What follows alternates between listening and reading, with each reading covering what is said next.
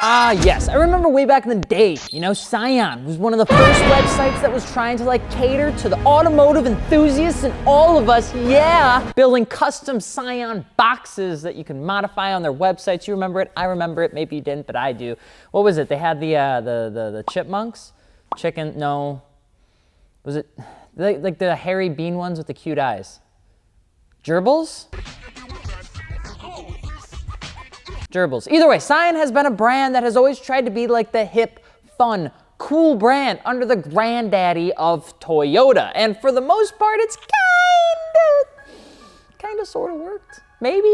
But when Scion released this model, it did surprisingly well and for the most part gave its best chances catering to a younger automotive enthusiast that not many have done before. I'm Alex at FI on Instagram, and today we're gonna be talking about the unsuspecting, the modest, oh yeah, I forgot about that car. The car of the mid-2000s, the Scion TC.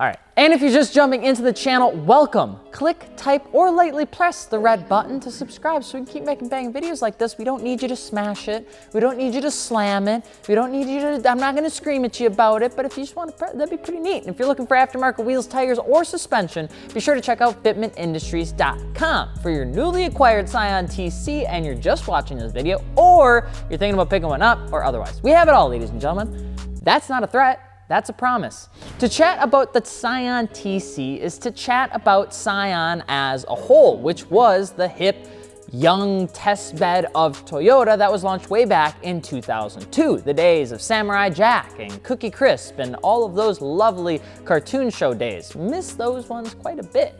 All right, Scion was meant to be a counterculture image from Toyota to appeal to the younger audience that wanted Toyota's reliability without Toyota's old person persona, which was a thing back then. If you don't remember, a lot of people were trying to get into the millennials and be, that was weird when you say it like that. Like they wanted to, that was weird too. Anyway, the brand would launch in like nightclubs and arcades and like youth-centric locations to grow the brand. Art lovers, you can see the art studio. Customize your own shirt. 12th planet of Scion Radio 17, mixing it up. Get a photo. Get a haircut. Versus conventional television promotion because they wanted to be hip and cool. When it launched with the XA and the XB, and things were pretty dandy. It had the toaster and then the other one. 2004 entered, and finally they entered the Scion TC. Now, it entered the game at an incredible price range, which was exactly what Toyota wanted to do, below $20,000, which is exactly where teenagers needed it to be. Essentially cheap as f. It was meant to replace the Toyota Celica in order to appeal to the millennial market. Okay, boomer. And Toyota set it up to practically be an a la carte style car. So instead of having to get your aftermarket parts from some random third-party eBay reseller, Scion just hosted a plethora of upgrades for your car right on the site or from the dealership, which is why a lot of times if you've seen multiple Scion TCs in the same place before, they almost all look different and have different stuff going on with them because that's just what they wanted to do. This allowed the car to be sold with practically nothing, which exploded its sales initially and got the good old automotive enthusiasts stoked about the car.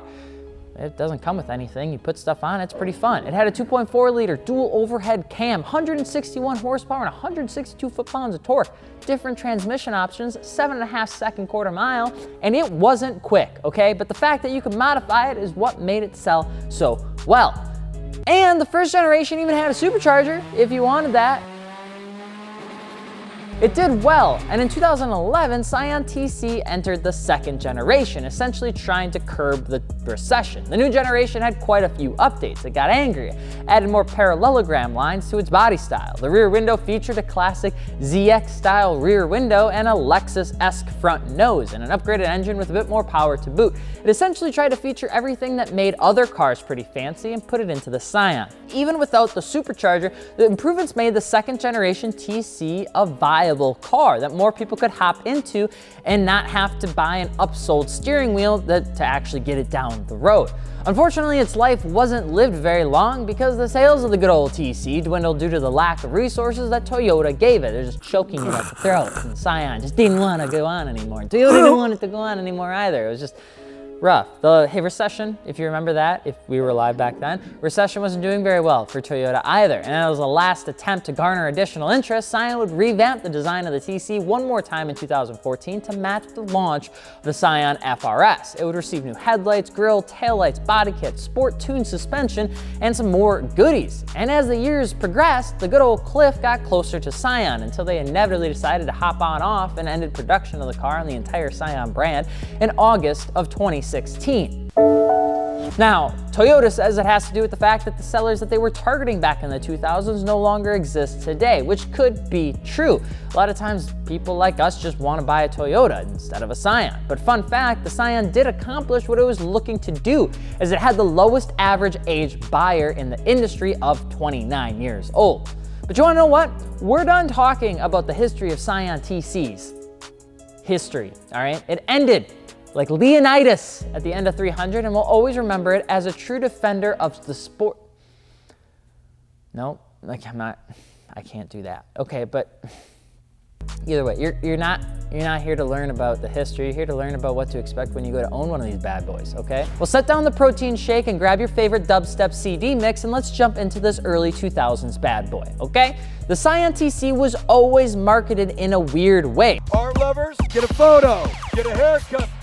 Similar to an older dad convincing his kids that he too was hip and cool. The puzzle game. Because he can do the floss. Doesn't matter if you can do the floss, Greg, you're still old as shit, and it's really weird, okay? You don't do it at a family dinner. It's just not something that happens. Toyota's marketing was pretty similar to that. And although it did well initially, it did well from a standpoint of a cost perspective and not necessarily from a younger generation marketing just loving it perspective. The aftermarket car community was quick to jump onto how many times do we need to tell you, old man, get the hell out of Dodge? And that's pretty much what happened for quite a long time.